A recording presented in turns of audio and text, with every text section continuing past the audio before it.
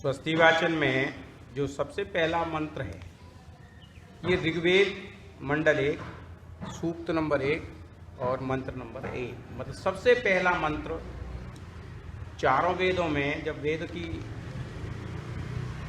रचना हुई, चारों ऋषियों के अंतस्थल में परमपिता परमेश्वर ने ज्ञान दिया और उस ज्ञान को ब्रह्मा जी ने ग्रहण किया। ब्रह्मा ने चारों वेदों का ज्ञान अपने में ग्रहण करके तब इसको पर जन और पर हिताय इसको साथ सृष्टि के बाद उत्पन्न कर दिया। तो सबसे पहले जो मंत्र की व्याख्या मंत्र आया वो आया अग्नि मीडे पुरोहितम यज्ञस्य देव मृतिजम होतारम रत्न धातु। मतलब सबसे पहले संसार का अगर ज्ञान उत्पन्न हुआ तो वो इस मंत्र के द्वारा हुआ। और इस मंत्र का ये ऋग्वेद में है, जो ऋग्वेद का पहला मंत्र है। अब परमपिता परमेश्वर का ज्ञान प्रसारित हो रहा है, तो ज्ञान प्रसारित होते ही सबसे पहला मंत्र अग्नि मीड़े पुरोहितम यज्ञस्य देव मृतिजम होतारम रत्न धातु। तब मनु महाराज ने एक बात लिखी है, आपने पढ़ी हो, मनु अध्याय 1 में 26वां मंत्र है, अग्नि वायु रभिव्यतु त्रियम ब्रह्म सनातनम। मनु महाराज जी कह रहे हैं, फिर कहते हैं दुदो यज्ञ सिद्धि अर्थम ऋग यजु साम लक्षणम। उस परमपिता परमेश्वर ने अग्नि वायु रविव्यतु, अग्नि महर्षि रवि और आदित्य, अग्नि वायु और सूर्य, इनके माध्यम से 3 ज्ञान वाला वेद। वैसे वेद 4 हैं पर ज्ञान कितना है उसमें? 3। क्या है? ज्ञान, कर्म और उपासना। चारों वेदों का जो ज्ञान है वो ज्ञान, कर्म और उपासना है। तो कहता है अग्नि वायु रविव्यतु त्रियम ब्रह्म सनातनम। ये शाश्वत जो ज्ञान है ये इन तीनों ऋषियों के माध्यम से आपको दे दिया। दुदोह यज्ञ सिद्धि अर्थम। अब इसमें जो शब्द हुआ दुदोह माने दूह करके, दूह करके, दूहा का इसको जाता है जिसमें दूध हो, दूहा तो उसी को जाएगा। तो परमपिता परमेश्वर के समस्त ज्ञान को दूह करके, बात ध्यान रखना, यह दुदोह शब्द जो आ रहा है इसको लोग पकड़ते नहीं है, भाई इतना ही ले लेते कि दुदोह। और एक साथ है यज्ञ सिद्धि अर्थम। तो यज्ञ क्या है? यज्ञ को भी लोगों ने नहीं समझा। कभी सोचा आपने कि जहां यज्ञ प्रयोग शब्द होता है वहां यज्ञ का क्या मतलब? केवल यज्ञ का मतलब होम नहीं है वकील साहब। तो वहां जो कह रहा है दुदो यज्ञ सिद्धि अर्थम, यज्ञ की सिद्धि के लिए, यज्ञ की सिद्धि के लिए, काय के लिए? तीनों ज्ञान को किस लिए दिया? यज्ञ की सिद्धि कर दी। ऋग यजु साम, 3 ऋग्वेद, सामवेद, ऋग्वेद यजुर्वेद और सामवेद लक्षणम। इन लक्षणों वाले वेदों को जिसमें 3 ज्ञान है वो परमपिता परमेश्वर ने समस्त दूह करके ज्ञान के बीच में से इन सबको दिया। अब यह शब्द आ रहा है यज्ञ सिद्धि अर्थम। यज्ञ की सिद्धि के लिए ये ज्ञान दिया क्यों? ये आप सोचे ना, ज्ञान दिया तो अब हम ये कहें क्यों दिया, इसके प्रश्न ये तो उठेगा। ज्ञान दे तो कहता है यज्ञ सिद्धि अर्थम। यज्ञ जो शब्द प्रयोग हुआ है ये जगत के लिए हुआ है। किसके लिए हुआ? जगत की सिद्धि के लिए। और जगत की सिद्धि क्या है? धर्म, अर्थ, काम और मोक्ष। धर्म और काम और मोक्ष की, धर्म अर्थ काम और मोक्ष की सिद्धि के लिए किसको दिया? यज्ञ सिद्धि अर्थम, जगत की सिद्धि के लिए। अगर परमपिता परमेश्वर ने जगत की रचना की, अब ये जगत सिद्ध कैसे होगा? अब इस जगत को आप पार कैसे करेंगे? जगत को समझेंगे कैसे? इसके अर्थ, इस जगत को समझाने के लिए, इस जगत को पार करने के लिए, इस जगत को सम्यक रूप से जानने के लिए ये ज्ञान दिया है। और सबसे पहला जो इसमें वेद है वो है ऋग्वेद। मैंने एक विद्वान से पूछा, क्या आप कृपया ये बताइए कि इसका नाम ऋग्वेद क्यों है? अरे भाई, हमारे नाम और गुण तो हमारे बिना गुण जाने ही अच्छे गुण पैदा हो जाएं, इसलिए परमपिता परमेश्वर के ने जो व्यवस्था की नामों की, सर्वेषु नामानि कर्माणि, वो तो सब जितने भी नाम आए हैं सब परमात्मा ने वेद से दिए, उसके आधार पर हम नाम रख लेते हैं। पर इसमें जो सबसे पहला वेद का नाम ऋग्वेद रखा, तो मैंने सबसे पूछा, बताओ कि इसका नाम ऋग्वेद क्यों? भाई आपको भी तो ये कभी जिज्ञासा हुई होगी कि भाई ये 4 वेद हुए, ऋग्वेद, यजुर्वेद, सामवेद और अथर्ववेद, तो इसका नाम ऋग्वेद क्यों है? क्यों? तो महर्षि दयानंद इसको स्पष्ट करते हैं और लोग इसको पढ़ने की कोशिश नहीं करते। ऋग्वेद कहते हैं, ऋग कहते हैं पदार्थ को, ऋग माने पदार्थ और वेद माने सत्य ज्ञान। जहां पदार्थ के सत्य ज्ञान की स्तुति होती है, वर्णन होते हैं, उसका नाम ऋग्वेद है। ध्रुव बात समझ में आ रही है ना? जहां संसार के पदार्थों की, जो जगत है, इस जगत का जो पदार्थ है, जो इस संसार में पदार्थ हैं, उन पदार्थों के गुण कर्म स्वभाव की स्तुति करना, वर्णन करना, उनको प्रकाशित करना, उसका नाम ऋग्वेद है। ऋग वेद, ऋग माने पदार्थ के गुण कर्म स्वभाव और वेद माने जानना, सत्य जान। जहां वे पदार्थों के गुण वेद कर्म से जाने जाते हैं, उसका नाम ऋग्वेद है। अब पदार्थ क्या? ईश्वर से लेकर पृथ्वी पर्यंत जो भी संसार में है वो सब एक पदार्थ है। ईश्वर भी एक पदार्थ। बहुत ध्यान से सुनना इस बात। हम पदार्थ का अलग जो व्यवहार में समझते हैं, वो पदार्थ हमने पढ़े होंगे ना, सॉलिड, गैस, लिक्विड। पदार्थ वो वस्तु है जिससे सारा संसार इस संसार में लिप्त है, जिससे संसार ये बना है, उसका सबका नाम पदार्थ है। और बनाने वाला भी पदार्थ है। आत्मा भी पदार्थ है, परमात्मा भी पदार्थ है। तब महर्षि दयानंद लिखते हैं कि इस संसार के उपकार करने के लिए ईश्वर से लेकर के पृथ्वी पर्यंत जितने भी पदार्थ हैं, उनको जान करके ही, उन सबको जान करके ही धर्म, अर्थ, काम और मोक्ष की सिद्धि हो सकती है। आई बात समझ में आ पाएगी? मतलब बहुत बात मैंने कर दी। एक तो इसमें ये वेद दिया क्यों है ना? इसमें पदार्थ क्या है? ऋग्वेद तो पदार्थ विद्या को परिभाषित कर रहा है। ऋग्वेद का मतलब है कि सब पदार्थ विद्याओं को इसमें परिभाषा आ गई है। ऋग्वेद के माध्यम से ही संसार के सब पदार्थों को जानने की क्षमता में उत्पन्न होगी। उसमें सबको प्रकाश कर दिया परमात्मा ने। तो ईड़े जो शब्द है यहाँ, इसे ईड़े, अग्निम ईड़े जो शब्द सबसे पहला है वो अग्निम ईड़े है। ईड़े माने स्तुति करता हूं, अग्निम ईड़े। अब यहाँ जो शब्द पहला है ये अग्निम है नहीं, तो अग्निम जो शब्द है ये दो का वाचक है। ऋषि दयानंद इसको स्पष्ट करता है, परमेश्वरम भौतिकम वा।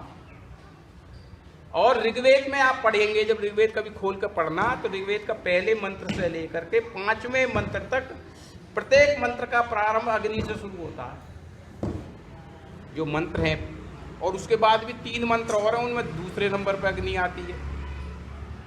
इसमें तो पहले पे आ गया ना, अग्नि मीड़े पर हो तम जैसे सदैव मृत्युजम।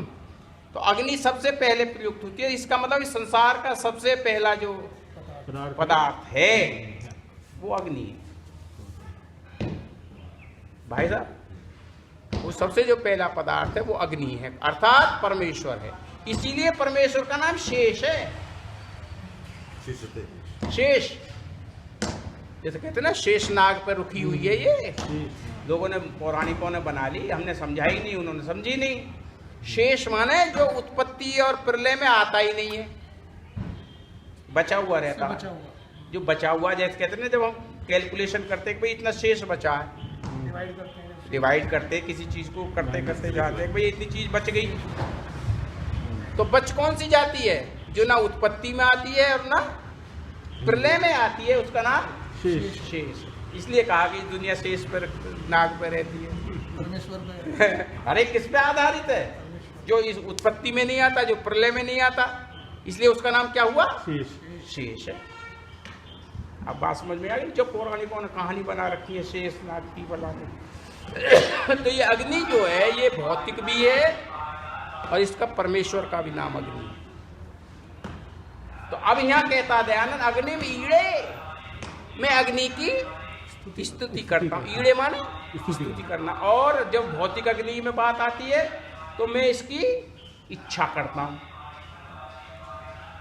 इसकी मैं क्या करता हूँ? इच्छा करता हूँ। अब देखो ब्राह्मण ग्रंथों को देखो, शतपथ में कहा अग्नि वह ब्रह्म, ब्रह्म का नाम अग्नि है। फिर क्या कहता? अग्नि आत्मा वा, आत्मा का नाम अग्नि है। बात समझ में आ रही नहीं है? आत्मा का नाम भी अग्नि है और परमात्मा का नाम भी अग्नि है। अब लगाओ, तो इसीलिए लोगों को भ्रम हो गया। पर ये अग्नि जो दोनों हैं, परमेश्वर भी है और भौतिक भी है। वो भौतिक अग्नि जो दाह गुण वाली है, दाह गुण वाली है, वो भौतिक है? वो भौतिक है, भौतिक। हाँ, वो भौतिक अग्नि है। तो यास्काचार्य ने जब अग्नि की परिभाषा करी तो को निरुक्त, यास्काचार्य का बनाया हुआ सुना तो होगा, वकील साहब, निरुक्त है ना? याज्वल का नहीं, ये यास्काचार्य का बनाया हुआ है। तो यास्काचार्य ने जब निरुक्त बनाया तो निरुक्त से उन्होंने अग्नि एक बात दे दी, अग्रणी कस्मात, जो अग्रणी है, आगे बात सुनना, अग्रणी कस्मात वही अग्नि जो आगे है सबसे पहले, अग्नि का नाम अग्रणी भी रख दिया। अब ये भौतिक अग्नि भी सबसे पहले है। भौतिकों में देखो, भौतिक पदार्थों में देखो भाई, सबसे पहले है और परमपिता परमेश्वर सबसे पहले। तो अग्रणी शब्द प्रयोग कर दिया वहां उन्होंने, अग्रणी कस्मात वही अग्नि, या अग्नि को प्रभावित। अब ध्यान इसका अर्थ करते हैं। एक तो इसका अर्थ करते हैं परमेश्वर के साथ और एक अर्थ करते हैं भौतिक अग्नि के साथ। दो शब्द हो गए ना, परमेश्वरम भौतिकम वा, या तो भौतिक या परमेश्वर। अब परमेश्वर का कहते हैं, हे अग्नि,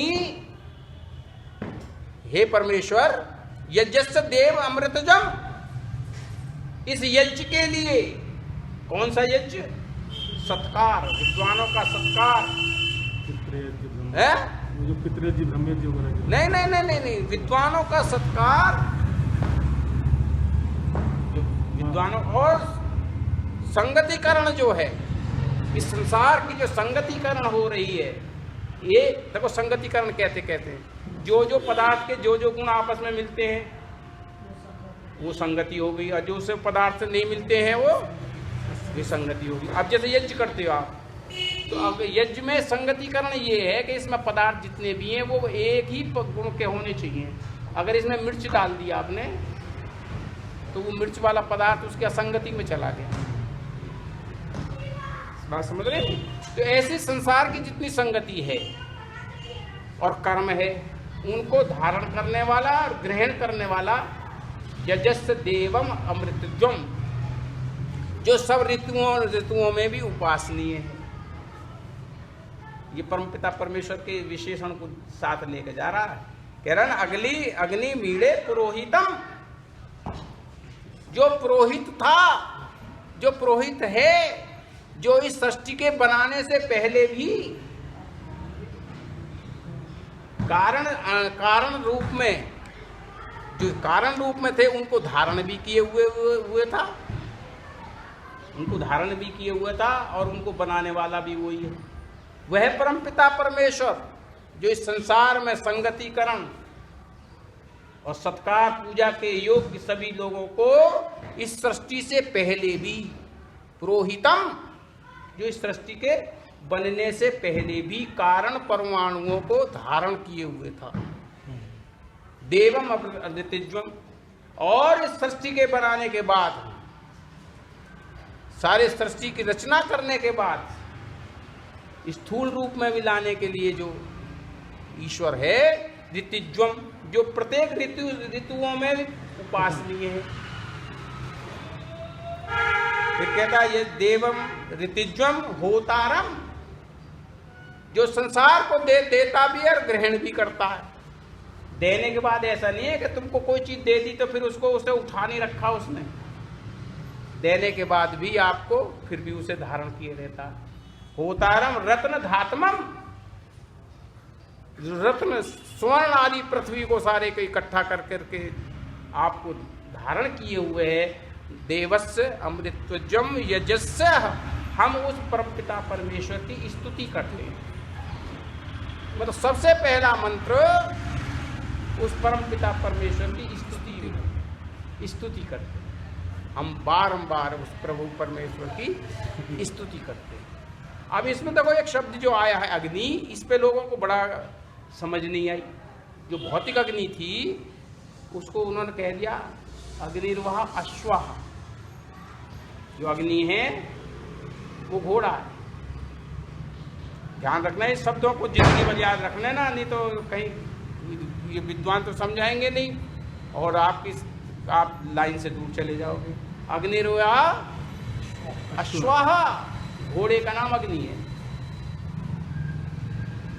उषा वही अग्नि, वृषा, सॉरी गलती हो गई, वृषा वही अग्नि, बेल का नाम अग्नि है। क्या है? बेल का नाम अग्नि है। ये शतपथ ब्राह्मण कह रहा है, स्पष्ट कर रहा है। अब आपने सुना होगा एक शब्द अश्वमेध यज्ञ हुआ करते थे राजा, सुना है? घोड़ा दौड़ा दिया, घोड़ा दौड़ा दिया। तो घोड़ा दौड़ता था उसमें? क्या मूर्खों वाली कहानी बना दी, रामचंद्र जी के संग भी जोड़ दी और महाभारत में भी जोड़ दी और कहानियों में जोड़ दी। ये सब झूठी कहानी। ऋषिदानंद कहता है अरे क्या ये राजा लड़ते फिरते रहते थे लड़ाई के लिए? कहता कि मैं सबसे ज्यादा तंगड़ा हूं, मुझे पकड़ लो, घोड़े को देखूंगा तुम्हें कौन पकड़ लेगा, फिर उससे मैं लड़ूंगा। यही कहानी तो बना रखी है, ये बात नहीं थी। तब ऋषि दयानंद ने इसको स्पष्ट किया। पूना प्रवचन में दयानंद कहते हैं अग्निर्वाह श्वा, अग्नि का नाम घोड़ा है। आज्ञा वेद, आज्ञाहुति लगाते हो ना इसमें, हवन जो करते हो आज्ञाहुति करते हो नहीं करते हो? करते हो। आज मन काय के ये सब काय के आज्ञाहुति करते करते आपको भी देखो इतनी उम्र हो गई। आज किसे कहते हैं? आज कहते हैं घी को।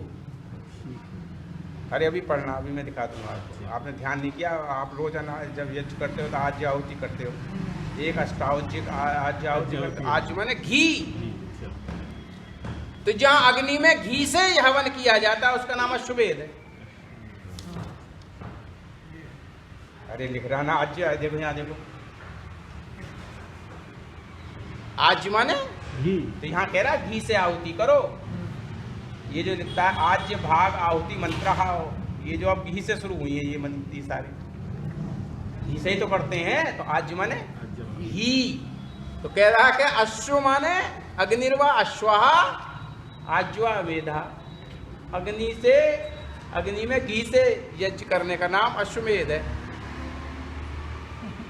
वहां घोड़ा बना दिया अग्नि का, और वेद का मतलब आज का घी का मतलब मेध बना दिया। तो अब यहाँ वृषा और घोड़ा ये शब्द क्यों प्रयोग हुए? मैं तो बताऊंगा ना, ऐसे थोड़ी मंत्र की व्याख्या कर दूंगा, फिर तो बात ही गलत हो जाएगी। लिए फिरोगे दिमाग में यार, वृषा भी कह दिया उन्होंने और अश्व भी कह दिया। अग्नि वृषा व अग्नि और अग्निर्वा अश्व, दोनों चीज कह दी। देखो ये अग्नि है, ये कल पुर्जों में काम आई। अरे ट्रेन में कोई अग्नि काम आई, जी कैसे दौड़ती है ये? जैसे घोड़ा ले जाके पहुंचा देता, पहुंचाता नहीं पहुंचाता, तो रेल कैसे पहुंचाती है? ऊर्जा है। हाँ, कल्प ऊर्जाओं की जो एक ऊर्जा है उसका नाम अश्व है। और वो ऊर्जा कैसे पैदा हुई? अग्नि से। अग्नि से। तो वहां कह रही है अश्व अग्नि व अश्व, ले जा रही है, नहीं ले जा रही भगा करके। और बैल भी क्या करता? और बैल भी तो भगा के ले जाता, यही काम में तो प्रयोग होता बैल, नहीं बैल काम आता। तो यहाँ भी अग्नि विरसा जो शब्द प्रयोग हुआ है वो इसीलिए सतपथ ने प्रयोग किया कि ये वृष जो अग्नि है ये वृषा बन जाती है, ये अग्नि अश्व बन जाती है। जब कले पुर्जा से वायुयान में उड़ के चली जाती है, अग्नि तो उड़ाती है। डीजल पेट्रोल तो उसमें अग्नि को पैदा करने का एक वो है सोर्स, असली तो अग्नि ले जा रही है भाई, उठा के नहीं ले जा रही। तो इन ये किसकी जो अग्नि है, इसीलिए ये इसकी भी बार बार जो इस अग्नि मीड़े में आई। तो वहाँ मीड़े तो शब्द जो यहाँ तो हुआ स्तुति करते हैं, कीड़े ईड़े जो शब्द है अग्नि में ईड़े, वहां आई अग्नि में ईड़े। हे अग्नि, हम यज्ञ के लिए जो तू सबसे पहले प्रयोग होती है, तेरे बिना यज्ञ होता ही नहीं है, जिसमें शिल्प विद्या नहीं होती, जिसमें विद्या का प्रकाश नहीं होता, जो विद्या का दान नहीं होता। हे अग्नि, हम तेरी बार बार इच्छा करते हैं।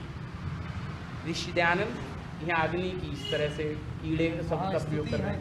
वहाँ स्तुति, भाई परमपिता परमेश्वर की तो स्तुति करोगे, बात समझ में आ रही है? नहीं करते। और यहाँ क्या करोगे? इच्छा का क्या मतलब हुआ? बार बार हम यज्ञ करें तेरे से, और ये अग्रणी ये है कि बिना इसके यज्ञ हो ही नहीं सकता। पर हम बिना परमात्मा के ये संसार चल ही नहीं सकता। ईड़े ईड़े मिले रात में हैं? बाद में मिले भी तो है। मिले नहीं, अग्निम ईड़े है। अग्नि, अग्नि के साथ शब्द मिला हुआ अग्निम। अग्नि मेढ़े हो गया फिर। अग्नि मिले हो गए। अरे यार, अग्निम ईड़े, तो मैं के साथ ई मिली तो ई होगी ना अग्निम ईड़े। ले नहीं है वो जिसे आप ले समझते हैं, वो डे है। डे क्या है? अग्नि मीडे। अग्नि मेढ़े, अग्नि मेढ़े। अब हम तो ले ऐसे ही लिखते थे ना, तो जनरली लोग उसको ले ले समझ के ले ही पढ़ते हैं। ये ले नहीं है वकील साहब, ये डे है। डे, अग्नि मीडे, अग्निम, अग्नि की, अग्निम ईडे, दोनों मिल गई तो अग्नि मीडे होगी। अग्नि की स्तुति करते हैं। इस अग्नि की स्तुति करते हैं। अग्नि पदार्थ है, ईश्वर पदार्थ है। तो इस सारी पदार्थ विद्या को जाना, पृथ्वी से लेकर ईश्वर पर्यंत, ईश्वर से लेकर पृथ्वी पर्यंत, इसी का नाम ऋग्वेद है। अगर ऋग्वेद की पहले परिभाषा ना उतरा हुआ होता तो आप संसार के पदार्थों को जानते कैसे? जब संसार के पदार्थों को ही नहीं जानोगे तो कर्म क्या करोगे भाई? यजुर्वेद तो कर्म विद्या आ गई ना। पहला युग ये लिखा है इसमें, है? सब सत्य विद्या और जो पदार्थ। हाँ, सब सत्य विद्या और जो पदार्थ। यहाँ रुको, अब लिखता है विद्या से जाने जाते हैं। अब उन्होंने क्या मिला दिया इसको, शब्द को पदार्थ विद्या में मिला दिया। महर्षि दयानंद ने जब सत्यार्थ प्रकाश लिखी, मेरा दिल भर आता है। मैं तो साधारण सा व्यक्ति हूँ नीरज, जब मैं पढ़ता हूँ दयानंद को, सोचता हूँ दयानंद कहीं मुझे मिल तो जाता यार, एक बार शकल तो देख लेते। क्या लिखता? किस में वाक्यार्थ बोध के 4 कारण हैं। बहुत ध्यान से सुनना, क्या है? किसी भी व्याख्या, मैंने वाक्य का अर्थ किया, समझा रहा हूं तो उसके 4 कारण है समझने के और समझाने के। समझने के और समझाने के। सबसे पहले आकांक्षा, नंबर 2 आसक्ति, योग्यता, नंबर 3 आसक्ति, और चौथा तात्पर्य। तो अगर आपकी आसक्ति वाक्य की नहीं सही बैठी तो अर्थ का कुअर्थ कर दोगे। कैसे? उदाहरण दे रहा हूं। यहाँ पर देशी खांड मिलती है, लाला जी ने दुकान पर लिख दी, यहाँ पर देशी खांड मिलती है। आपने पढ़ ली यहाँ पर परदेशी खांड मिलती है। सही है। बिल्कुल वो भी गलत। उसने लिखा क्या था बेचारे ने, तुम गए ही ना उसके दुकान पे, यार यहाँ तो विदेशी मिले, मुझे तो देसी खान चाहिए। इसको कैसे आ सकती